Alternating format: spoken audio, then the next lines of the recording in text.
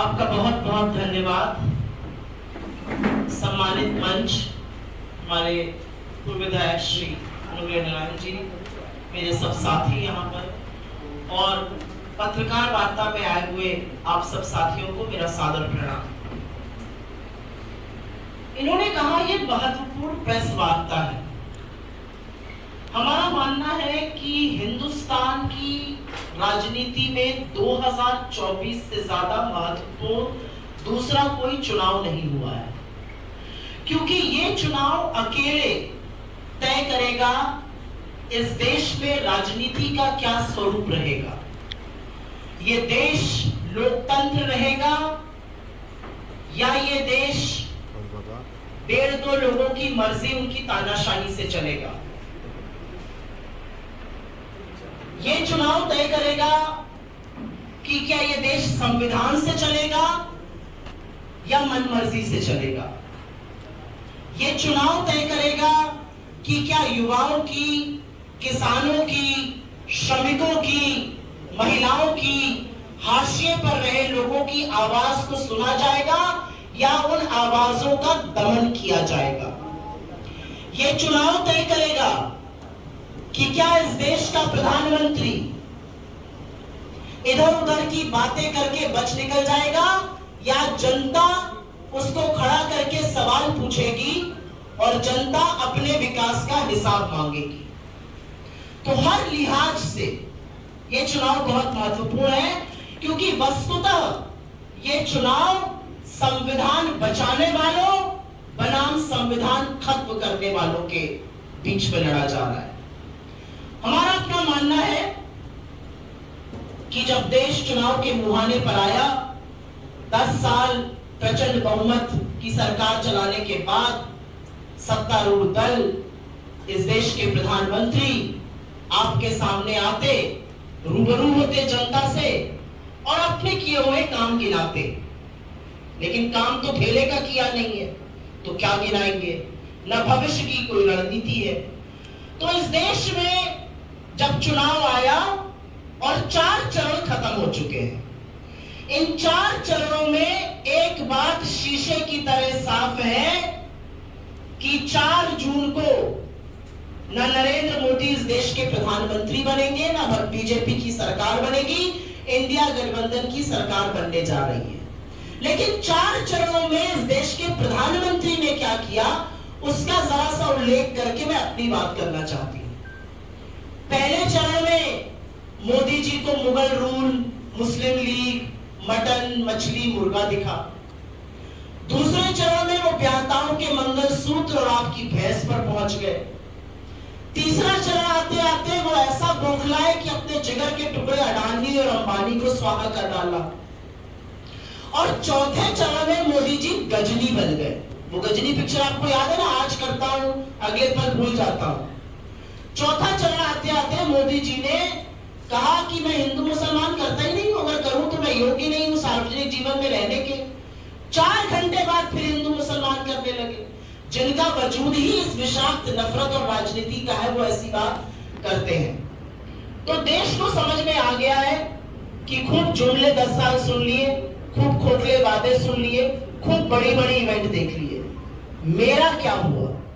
आज प्रयागराज का 21, 22, 23, 24 साल का लड़का पूछ रहा है, मेरे विकास का हिसाब आप कब दीजिएगा?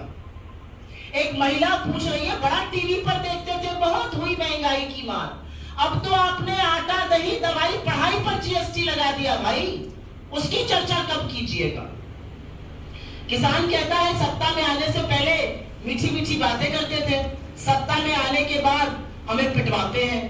तो इन सब चीजों को देखकर ये चुनाव बहुत जरूरी है और कांग्रेस ये चुनाव अपने मुद्दों पर लड़ रही है। और मुझे कोई भी संशय नहीं है ये कहने में कि 2024 के चुनाव का नैरेटिव, 2024 के चुनाव का मुद्दा, 2024 के चुनाव के डिबेट के मुद्दे कांग्रेस ने तय किए हैं और नरेंद्र मोदी बार बार हमारे ट्रैप में फंसकर इधर उधर की बातें कर रहे हैं। जनता के सामने उनका मुखौटा और गिर रहा है।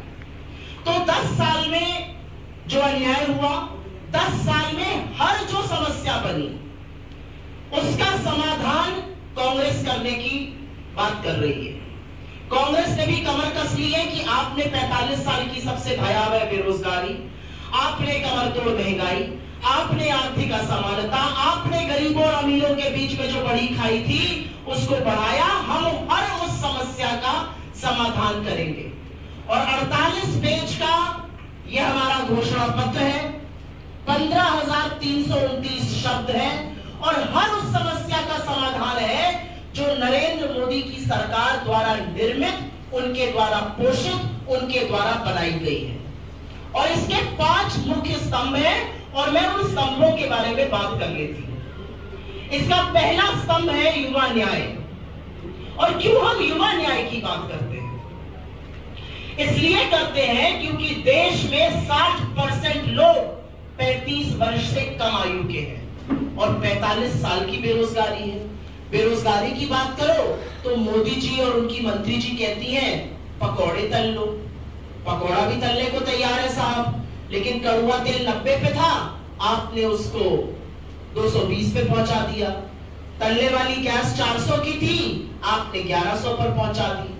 तो इसलिए युवा के लिए हमारा सबसे बड़ा वादा है कि 30 लाख जो सरकारी पद सेंट्रल गवर्नमेंट में खाली पड़े हैं उनको हम तत्काल प्रभाव से 15 अगस्त से भरना शुरू कर देंगे। हमारा दूसरा बड़ा वादा युवाओं से है पहली नौकरी पक्की का। आप डिग्री और डिप्लोमा धारक हैं और अगर आप अप्रेंटिसशिप एक्ट के अंतर्गत अप्रेंटिसशिप करेंगे तो आपको 8500 रुपए महीना मतलब 1 लाख रुपए साल का मिलेगा अप्रेंटिसशिप 1 साल की।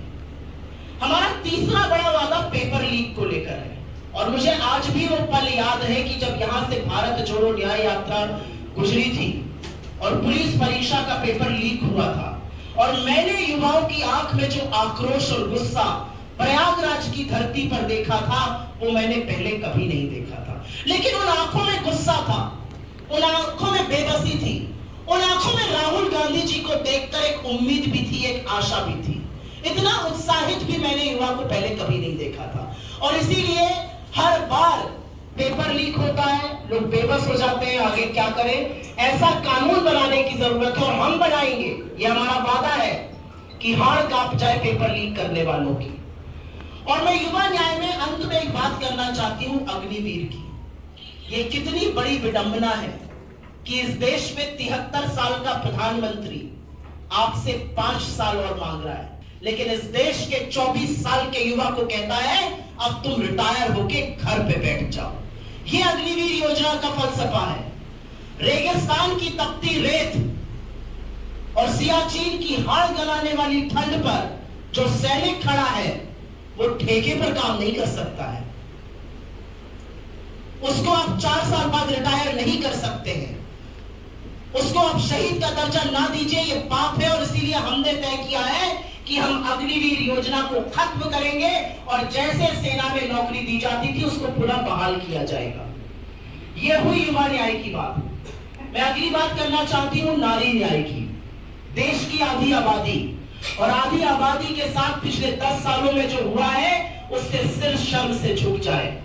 चाहे वो लखीमपुर हो, चाहे वो हाथरस हो, चाहे वो उन्नाव हो, चाहे वो शाहजहांपुर हो, चाहे वो उत्तराखंड की अंकिता भंडारी हो, चाहे वो गुजरात की बिल्किस बानो हो या हमारे देश की सबसे होनहार बेटियां। जब मेडल आया तो मोदी जी ने खूब लपक लपक के उनका हाथ मिलाया और जब उन्होंने यौन शोषण का आरोप लगाया तो इन्हीं मोदी जी ने आरोपी को संरक्षण दिया, उसका साथ दिया, बेटियों को सड़कों पर घसीटवाया, उनको रौंदा। बड़ी बड़ी बात करने वालों, महिलाओं का अर्थव्यवस्था में महिलाओं का पार्टिसिपेशन क्यों खत्म होता जा रहा है, आज सवाल इस बात का है। और इसीलिए हम महिलाओं से वादा करते हैं कि जो सरकारी नौकरियां आएंगी उसमें 50% सरकारी नौकरियां महिलाओं के लिए आरक्षित होंगी। हम गरीब महिलाओं को 1 लाख रुपए सालाना मतलब 8500 रुपए महीना उनके डायरेक्ट अकाउंट में डालने जा रहे हैं, क्योंकि महिला के हाथ में जब पैसा आता है तो परिवार समृद्ध होता है, उनकी शिक्षा, उनके स्वास्थ्य का ज्यादा बेहतर वहन होता है। और जैसा राहुल जी कहते हैं खटाखट खटाखट खटाखट ये पैसा आएगा और दुनिया की कोई ताकत इसको रोक नहीं पाएगी।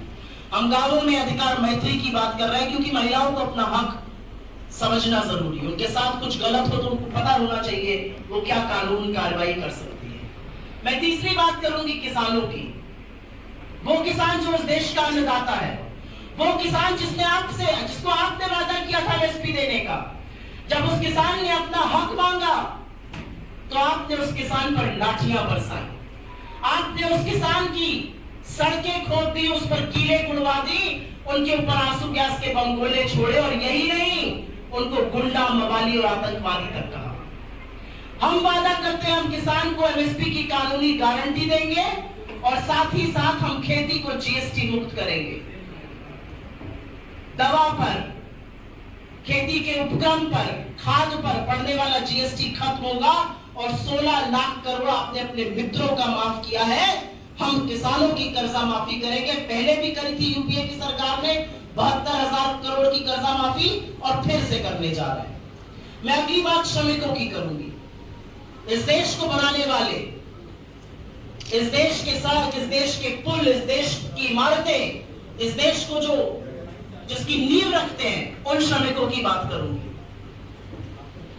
जब वक्त आया तो हवाई जहाज से आपने बाहर से लोगों को बुलवाया, लेकिन इस देश के श्रमिकों को चिलचिलाती धूप में पैरों तले पैदल चलवाया, पैरों में छाले लिए, अफोले लिए, पैदल चलते रहे श्रमिक। मनरेगा से हमने ग्रामीण भारत की तस्वीर बदली थी। हम 400 रुपए मनरेगा का मानदेय करने जा रहे हैं। हम इस देश में स्वास्थ्य की क्रांति लाने जा रहे हैं। 25 लाख की हेल्थ बीमा आएगी जो आप सब लोगों के लिए उपयुक्त होगी, क्योंकि यही हेल्थ बीमा जो योजना है, इसमें आपका टेस्ट, आपका इलाज, आपका डायग्नोस्टिक्स, आपका ट्रीटमेंट सब कुछ होगा। ये हमने राजस्थान में करके दिखाई, हम फिर करेंगे। एक बहुत बड़ा ऐलान जो मल्लिकार्जुन खड़गे जी ने 3 दिन पहले किया। हम रोजगार की बात भी करते हैं, हम राशन की भी बात करते हैं। इस देश के अन्न पर पहला अधिकार इस देश के गरीबों का है, इस देश के लोगों का है। आप 5 किलो राशन की बात करते हैं, हम 10 किलो राशन लोगों को देंगे। ये कर्नाटका में भी किया है, ये तेलंगाना में भी करेंगे। और अंत में मैं बात करना चाहती हूं अपने न्याय पत्र के एक बहुत बड़े मुद्दे पर, और वो है हिस्सेदारी न्याय। क्या है हिस्सेदारी न्याय?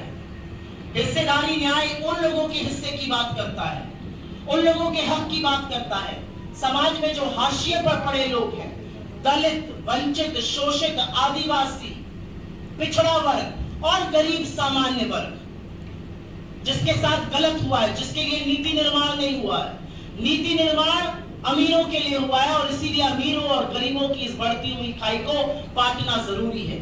इस देश में 22 लोगों के हाथ में उतनी दौलत, उतना संसाधन है जो 70 करोड़ लोगों के पास है, और इसीलिए हम कहते हैं कि इस देश में एक्सरे की जरूरत है। आपका पैर टूट जाए और डॉक्टर उस पर प्लास्टर लगाएगा कि क्रेप बैंडेज लगाएगा, गर्म से सिकाई करेगा कि ठंडे से करेगा कि हेयरलाइन फ्रैक्चर है, इसका अंदाजा एक्सरे करके पता चलता है।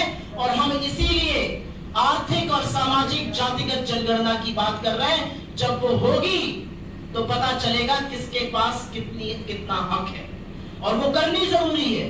वो करनी जरूरी है दलितों के लिए, आदिवासियों के लिए, पिछड़ों के लिए और गरीब सामान्य वर्ग के लिए, क्योंकि नीति निर्माण इसी तरह से होगा। नीति निर्माण डेटाबेस होना चाहिए। मैं अंत में राहुल जी की बात जरूर कहूंगी और उसके बाद आपके सवाल लूंगी। एक ऐसा व्यक्ति जो इस देश के 4,500 किलोमीटर पैदल नाप देता है, क्यों? क्योंकि ये देश जुड़ा रहे, जिसको परवाह नहीं है कि उसकी सफेद शर्ट लहू से लाल हो जाए, जिसने अपनी दादी को छलनी होते हुए देखा, लेकिन उसके बाद भी वो इस देश में मणिपुर से मुंबई भी चला। वो मणिपुर जहां पर प्रधानमंत्री 1 साल भी जाने की हिम्मत नहीं जुटा पाते हैं। और उन राहुल गांधी जी ने ठान लिया है कि ये न्याय अब इस देश में होकर रहेगा। थोड़ी देर बाद दीजिएगा भैया, थोड़ी देर बाद दीजिएगा, रुक जाइए। न्याय अब इस देश में होकर रहेगा, और इसी न्याय को करने के लिए राहुल गांधी जी प्रतिबद्ध है, कांग्रेस पार्टी पूरी तरह से प्रतिबद्ध है, और उसी को करने के लिए हमारा मैनिफेस्टो बना है। उसी को करने के लिए हम मुद्दों की राजनीति कर रहे हैं। हम मोदी जी से सवाल पूछते हैं तो मोदी जी डराते हैं, धमकाते हैं।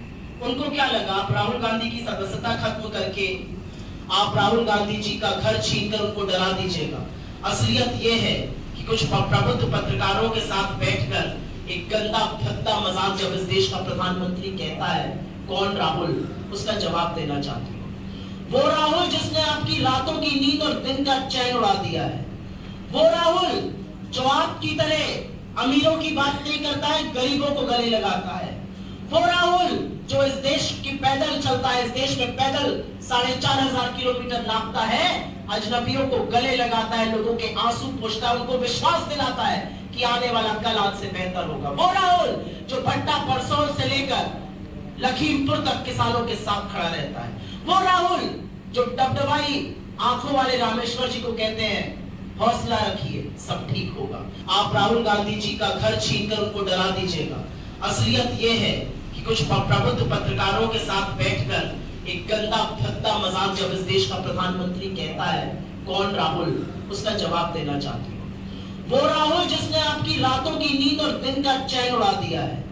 वो राहुल जो आपकी तरह अमीरों की बात नहीं करता है, गरीबों को गले लगाता है। वो राहुल जो इस देश की पैदल चलता है, इस देश में पैदल 4,500 किलोमीटर नापता है, अजनबियों को गले लगाता है, लोगों के आंसू पोंछता है, उनको विश्वास दिलाता है कि आने वाला कल आज से बेहतर होगा। वो राहुल जो भट्टा परसौर से लेकर लखीमपुर तक किसानों के साथ खड़ा रहता है। वो राहुल जो डबडबाई आंखों वाले रामेश्वर जी को कहते हैं, हौसला रखिए, सब ठीक होगा। वो राहुल जो महिला सुरक्षा का मामला हो, किसानों के हक का मामला हो, श्रमिकों का मामला हो, युवाओं का मामला हो, उनके साथ खड़ा होता है। वो राहुल जिसकी 180 वर्ड की ट्वीट से आपकी सरकार हिल जाती है, आपके मंत्री ट्रोल बन जाते हैं। वो राहुल जिसके नाम की माला आप सुबह से शाम तक दिन रात अपने भाषणों में जपते हैं। तो आशा है आपको याद आ गया होगा किस राहुल की बात हो रही है। आपके सवालों का स्वागत है। पहले अगर हम लोग इस पर बात कर ले, मैं 2 मिनट प्रयागराज पे जरूर बोलना चाहूंगी। प्रयागराज को ऑक्सफोर्ड ऑफ द ईस्ट कहा गया। मेरे परिवार का बहुत पुराना नाता है। मेरी दादी इलाहाबाद यूनिवर्सिटी की पढ़ी थी और बड़े फख्र से बताती थी कि ऑक्सफोर्ड ऑफ द ईस्ट है। यहाँ पर उन्होंने अपने जीवन के बहुत वर्ष गुजारे। और प्रयागराज एक नर्सरी थी फ्यूचर पॉलिटिकल लीडर्स की। प्रयागराज या इलाहाबाद, जिस भी नाम से आप बुलाइए, यहाँ से खेप निकलती थी। स्टूडेंट पॉलिटिक्स का गढ़ माना जाता था। और यहाँ पर विद्यार्थियों के साथ जो हो रहा है, पुलिस की जो बर्बरता, पुलिस की जो निरंकुशता है, वो जो हो रहा है, वो आने वाले भविष्य के लिए बहुत बड़ी चेतावनी है। और यही युवा जब उठ खड़ा होता है तो जरूर भविष्य बदलता है। हमारे इस जगह के प्रत्याशी उज्जवल रमण सिंह जी और उनके पिता को विकास पुरुष कहा गया है। वो तमाम संसाधन, तमाम अस्पताल, तमाम पावर प्लांट्स यहाँ लाए, यहाँ के बीच के हैं। हम में से किसी को कोई संशय नहीं है कि वो अगले सांसद बनने जा रहे हैं और एक बड़ी मार्जिन से इतिहास रचेंगे। आपके माध्यम से जनता से वोट का आह्वान करती हूँ। कल यहाँ पर एक बड़ी संयुक्त रैली है राहुल गांधी जी की और अखिलेश यादव जी की। आपके माध्यम से जनता से एक और आह्वान करती हूँ कि उस सभा का हिस्सा बनिए, उनकी बातों को सुनिए। वो मुद्दों की, आपकी राजनीति की बात कर रहे हैं, आपके भविष्य की बात कर रहे हैं और राजनीति ऐसी ही होनी चाहिए। आपके सवालों का स्वागत।